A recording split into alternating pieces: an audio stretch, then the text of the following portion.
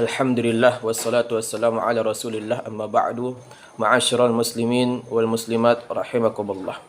Diriwayatkan oleh Imam Al-Bukhari dan Muslim dari sahabat Abdullah bin Umar radhiyallahu anhuma, beliau pernah mengatakan bahwasanya ia pernah mendengar Rasulullah sallallahu alaihi wasallam bersabda, "Bunyal Islamu ala khamsin, syahadati an la ilaha illallah wa anna Muhammadar Rasulullah wa iqamis salah wa ita'iz zakah wa hajjil baiti wa shaumi Ramadan." Islam itu dibangun di atas 5 pondasi. Yang pertama adalah persaksian bahwasanya tidak ada yang berhak disembah kecuali Allah. Kemudian Muhammad adalah utusan Allah. Yang kedua, mendirikan salat. Yang ketiga, menunaikan zakat. Yang keempat, haji ke Baitullah. Dan yang kelima, puasa di bulan Ramadan. Ma'asyiral muslimin wal muslimat rahimakumullah.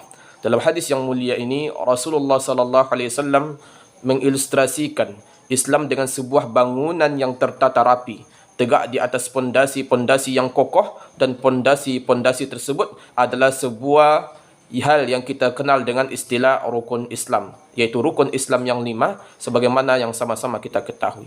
Yang pertama, ma'asyiral muslimin wal muslimat rahimakumullah, yaitu persaksian kita syahadatain, persaksian kita bahwasanya tidak ada yang berhak disembah kecuali Allah dan adalah Muhammad adalah utusan Allah. La ilaha illallah. Para ulama mengatakan makna dari la ilaha illallah adalah la ma'buda bihaqqin illallah. Tidak ada yang berhak disembah kecuali Allah Subhanahu wa taala. Manusia banyak menyembah selain Allah, tapi sesembahan mereka selain Allah merupakan sesembahan yang batil yang tidak diterima di sisi Allah Subhanahu wa taala. Dalam surah Al-Hajj, surah yang ke-22 ayat 62, Allah berfirman, "Dzalika bi anna Allaha huwal haqq wa anna ma yad'una min dunihi huwal batil wa anna Allaha huwal aliyyul kabir." Allah yang demikian itu adalah karena sesungguhnya Allah dialah Tuhan yang hak, dan sesungguhnya apa saja yang mereka seru selain Allah itulah yang batil, dan sesungguhnya Allah dialah yang maha tinggi lagi maha besar. Para ulama mengatakan bahwasanya kalimat la ilaha illallah memiliki rukun, yaitu 2 rukun. Yang pertama adalah an-nafi, yang kedua adalah al-isbat. An-nafi diambil dari penggalan kata la ilaha, artinya kita mengingkari, kita menafikan semua apa saja yang disembah selain Allah, kita nafikan itu semua, kita ingkari itu semua. Dan yang kedua al-isbat, illallah. Setelah kita nafikan semua sesembahan selain Allah, maka kita menetapkan setelahnya Allah satu-satunya yang berhak kita sembah. Allah satu-satunya yang berhak kita berikan ibadah kepadanya, dan ini merupakan tali yang kokoh yang bisa menyelamatkan kita di akhirat nanti. Allah berfirman dalam surah Al-Baqarah yang kedua pada ayat ke-256, "Faman yakfur bit-taghuti wa yu'min billah faqad istamsaka bil 'urwatil wuthqa la infisama laha." Maka barang siapa yang kufur kepada taghut, an-nafi, yaitu mengingkari semua sesembahan selain Allah, wa yu'min billah, dan beriman kepada Allah, menetapkan Allah satu-satunya yang berhak untuk diibadahi, faqad istamsaka bil 'urwatil wuthqa, maka sungguh ia telah berpegang teguh kepada buhul tali yang sangat kokoh yang tidak akan putus. Wallahu sami'un alim, dan Allah maha mendengar lagi maha mengetahui. Kemudian yang kedua daripada pondasi pertama, yaitu syahadat Muhammadur Rasulullah. Syahadat Muhammad Rasulullah sallallahu alaihi wasallam ada beberapa hal yang perlu kita perhatikan, yang ini merupakan makna dan juga konsekuensi daripada kita mengakui tentang Muhammad adalah utusan Allah Subhanahu wa taala. Yang pertama adalah ta'atuhu fima amar, yaitu kita mentaati Rasulullah sallallahu alaihi wasallam terhadap apa yang beliau perintahkan kita kepadanya. Ketika kita taat kepada Rasulullah sallallahu alaihi wasallam, maka kita akan mendapatkan surga Allah Subhanahu wa taala. Wa may yuti'illaha wa rasulahu yudkhilhu jannatin tajri min tahtiha al-anhar khalidina fiha wa dzalikal fawzul 'azim. Barang siapa yang taat kepada Allah dan Rasulnya, niscaya Allah memasukkannya ke dalam surga dan mengalir di bawahnya sungai-sungai, sedang mereka kekal di dalamnya, dan itu merupakan kemenangan yang besar. Yang kedua adalah tasdiquhu fima akhbar, yaitu kita membenarkan apa saja yang beliau sampaikan, karena tidak ada sesuatu yang disampaikan oleh Rasulullah sallallahu alaihi wasallam karena hawa nafsunya, melainkan itu semua wahyu dari Allah Subhanahu wa taala. Yang ketiga, ijtinabu ma nahawa anhu wa zajar, yaitu menjauhkan diri dari apa saja yang beliau larang. Wa ma atakumur rasul fakhudhuhu wa ma nahakum anhu fantahu. Apa saja yang diberikan Rasul kepadamu, maka terimalah, ambillah, dan apa saja yang dilarang kamu, maka hendaknya kamu tinggalkanlah. Kemudian yang keempat adalah alla yu'badallaha illa bima syara', iaitu kita tidak beribadah kepada Allah melainkan tentang apa yang disyariatkan oleh Rasulullah sallallahu alaihi wasallam. Artinya kita beribadah sesuai dengan tuntunan Rasulullah sallallahu alaihi wasallam. Qul in kuntum tuhibbunallaha fattabi'uni yuhibbukumullahu wa yaghfir lakum dzunubakum. Katakanlah, hai Muhammad, jika kalian cinta kepada Allah, maka ikutlah Rasulullah sallallahu alaihi wasallam, maka Allah akan mencintai kalian dan juga akan mengampuni dosa-dosa kalian. Allah adalah Maha Pengampun lagi Maha Penyayang. Inilah pondasi yang pertama, iaitu syahadat la ilaha illallah dan Muhammad Rasulullah sallallahu alaihi wasallam. Kemudian yang kedua, wa iqamis salah, menegakkan salat atau mendirikan salat. Salat merupakan hubungan seorang hamba dengan Rabbnya yang wajib dilaksanakan 5 waktu dalam sehari semalam sesuai dengan petunjuk Rasulullah sallallahu alaihi wasallam. Sesuai dengan sabda Rasulullah sallallahu alaihi wasallam, "Shallu kama ra'aitumuni usalli." Salatlah kalian sebagaimana kalian melihat aku salat. Dan ini merupakan hal yang paling pertama kali yang akan dihisab pada hari kiamat ketika kita berhadapan di hadapan Allah Subhanahu wa taala. Awwalu ma yuhasabu bihi al-'abdu yawmal qiyamati as-salah, fa in saluhat saluha sa'ira amalih wa in fasadat fasada sa'ira amalih. Amalan seorang hamba yang pertama kali dihisab pada hari kiamat adalah amalan salat. Apabila salatnya baik, maka baik pula seluruh amalannya, dan apabila salatnya rusak, maka rusak pula seluruh amalannya. Hadis riwayat At-Tabrani dengan sanad yang sahih. Para ulama berbeza pendapat tentang apa hukum seseorang yang meninggalkan salat. Namun mereka sepakat bahwasanya ketika seseorang hamba dia meninggalkan salat karena dia meyakini bahwasanya salat itu tidak wajib, bahwasanya salat itu adalah sesuatu yang tidak perlu dikerjakan, tidak wajib, maka dia sepakat para ulama mengatakan bahwasanya dia telah jatuh kepada kekufuran. Rasulullah sallallahu alaihi wasallam bersabda dalam riwayat Muslim, "Inna bainar rajuli wa bainash syirki wal kufri tarkas salah." Sesungguhnya batasan antara seseorang dengan kesyirikan dan kekufuran adalah meninggalkan salat. Kana ashabu Rasulillah sallallahu alaihi wasallam la yarawna minal a'mali syai'an tarkahu kufrun ghairas salah. Dahulu para sahabat Rasulullah sallallahu alaihi wasallam mereka tidak melihat suatu amalan yang ditinggalkan menjadikan penyebabnya pelakunya terjatuh kepada kekufuran kecuali salat. Namun bagaimana seseorang yang meninggalkan salat karena dia malas? Di sini berbeda pendapat para ulama. Ada yang mengatakan bahwasanya tidak sampai kepada kekufuran, tapi dia telah melakukan sebuah dosa yang sangat besar, bahkan lebih besar dibandingkan dosa mencuri, dosa membunuh bahkan sekalipun. Dan bahkan disebutkan oleh Imam Asy-Syafi'i rahimahullahu taala bahwasanya bagi mereka yang tidak mendirikan salat, hendaknya pemerintah yaitu memukulnya dengan kayu.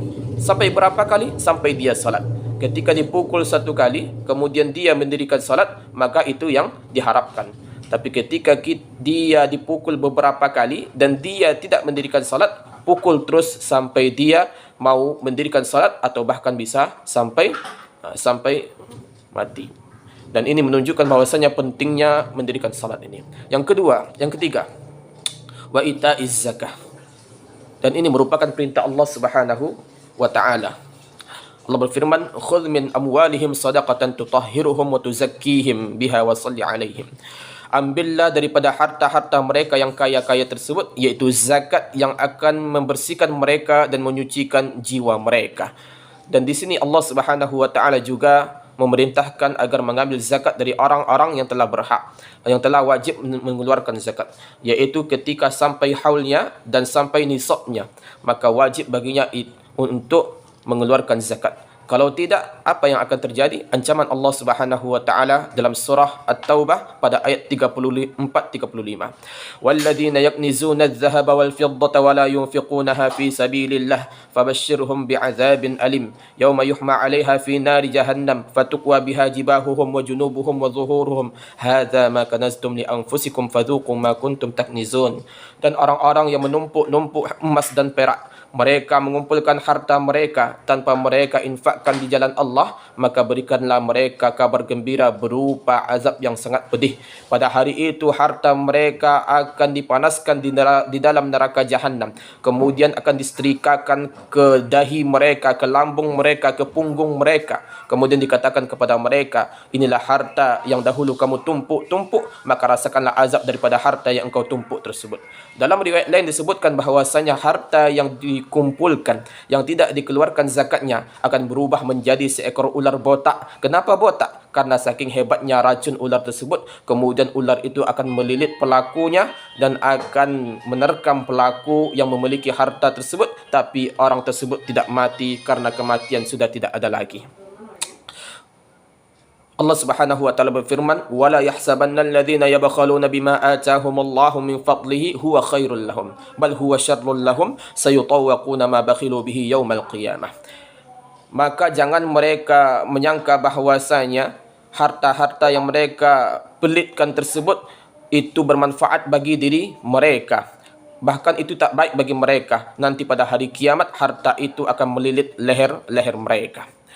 Kemudian yang keempat, yaitu wahajjil baiti, yaitu berhaji ke kota Makkah, berhaji ke Baitullah, mengunjungi Ka'bah, menunaikan ibadah haji. Rasulullah sallallahu alaihi wasallam mengingatkan agar kita, bagi orang-orang yang mampu, jangan menunda-nunda ibadah haji. Ta'ajjalu ilal haji fa inna ahadakum la yadri ma yu'ridu lahu. Bersegeralah kalian untuk menunaikan ibadah haji, karena kalian tak akan tahu apa yang akan menghalangi kalian nanti ketika kalian tidak menunaikan ibadah haji. Dan haji ini merupakan ibadah yang sangat agung, yang berkumpul di dalamnya ibadah badan, ibadah harta, dan juga ibadah hati dan lain sebagainya. Banyak terkumpul di dalamnya. Bahkan Rasulullah sallallahu alaihi wasallam mengatakan bahwasanya, man hajja hadzal baita falam yarfuth walam yafsuq raja'a ka yaumi waladathu ummuhu. Barang siapa yang menunaikan ibadah haji ke Baitullah, tidak ada dia mengeluarkan kata-kata yang kotor dan juga tidak melakukan kefasikan, maka dia akan pulang seperti dia dilahirkan oleh ibunya. Artinya dengan tanpa dosa sama sekali. Dalam riwayat lain disebutkan oleh Rasulullah sallallahu alaihi wasallam, al-umratu ila al-umrah kafaratun lima bainahuma wal hajjul mabrur laisa lahu jazaa'un illa al-jannah. Antara umrah ke umrah berikutnya terdapat penebus dosa daripada keduanya. Dan haji mabrur tidak ada yang pantas bagi mereka balasannya kecuali surga Allah Subhanahu wa taala. Semoga Allah Subhanahu wa taala memampukan kita untuk menunaikan ibadah haji. Kemudian yang kelima adalah ibadah puasa di bulan Ramadan, wa shaumi Ramadan. Dan ini merupakan salah satu di antara perkara penting. Allah Subhanahu wa taala mengatakan, "Ya ayyuhalladzina amanu kutiba alaikumus shiyam kama kutiba alal ladzina min qablikum la'allakum tattaqun." Wahai orang-orang yang beriman, diwajibkan atas kalian berpuasa sebagaimana diwajibkan atas orang-orang sebelum kalian, agar kalian termasuk orang-orang yang bertakwa. Dengan ibadah puasa di bulan Ramadan yang kita kerjakan dengan sepenuh jiwa, maka insya-Allah akan mengantarkan kita dengan pribadi-pribadi yang bertakwa kepada Allah Subhanahu wa taala, tentunya dengan catatan kita laksanakan dengan keimanan dan ketakwaan kepada Allah.